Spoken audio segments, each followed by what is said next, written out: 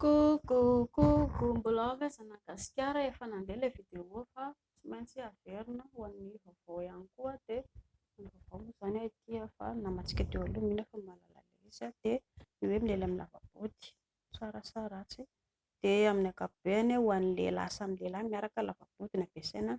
Io moa izany eny tsy misy olana fa efa izay ny tiany fa ho an'ny vehivavy dia tsara izany raha hoe tsy dia tsara loatra ilay amin'ny lava-body satria manimba. Lasaiko daholo voka-dratsiny dia fantatrareo ilay izy. Paozy aloha, paozy tsikitsiky kely.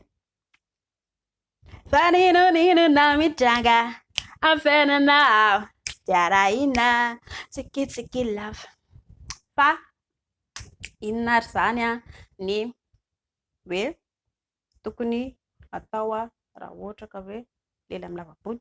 Misy fitaovana fanadiovana lava-body misy numéro eo ambony amin'ny page io afaka antsoinareo ny dokotera dia mena mivantana feno kilalao fanadiovana ampiasaina any ary misy kilalao fanadiovana lava-body. Izay aloha voka-dratsiny dia ny hoe i lava-tay dia mamoaka ny asany dia rehefa hikakaty ianao dia mangery voaka ilay izy. Ianao nefa rehefa hilely dia hiditra ilay lataka tadio tsara fa mamotika motera izany ianao.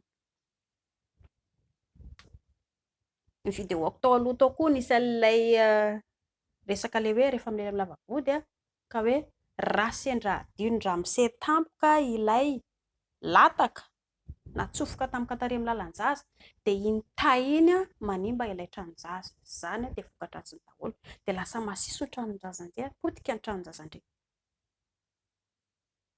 Izany dia voka-dratsiny lava-body daholo. Inona ihany koa rehefa ilay te hangery raha ohatra te hikaka dia lasa piritsaka tampoka ilay kaka ka ho an'ny olona mpilely amin'ny lava-body endana aingana mikaka rehefa poritra satria hangery kilaoty eo vao gaga raha tsy ohatra angaha hoe manao korsy. Raha manao korsy dia mba eo ihany fa raha ohatra ka hoe tsy manao korsy dia tsy maintsy mandeha aingana mikaka satria lasa kaka pataloha.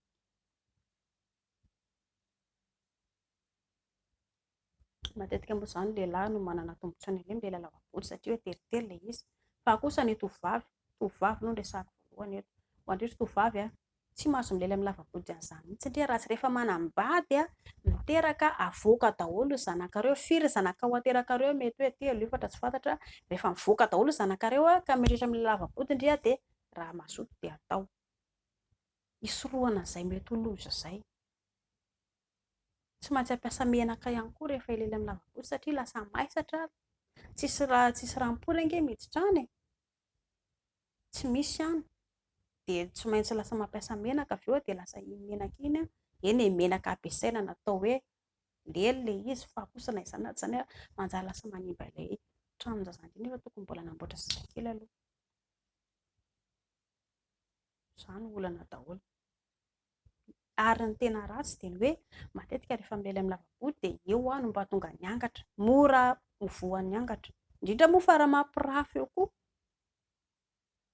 mora tratra ny angatra ny olona milely amin'ny lava-body fa tsara izany hoe mampiasa kapoaka raha ohatra ka hoe milely amin'ny lava-body.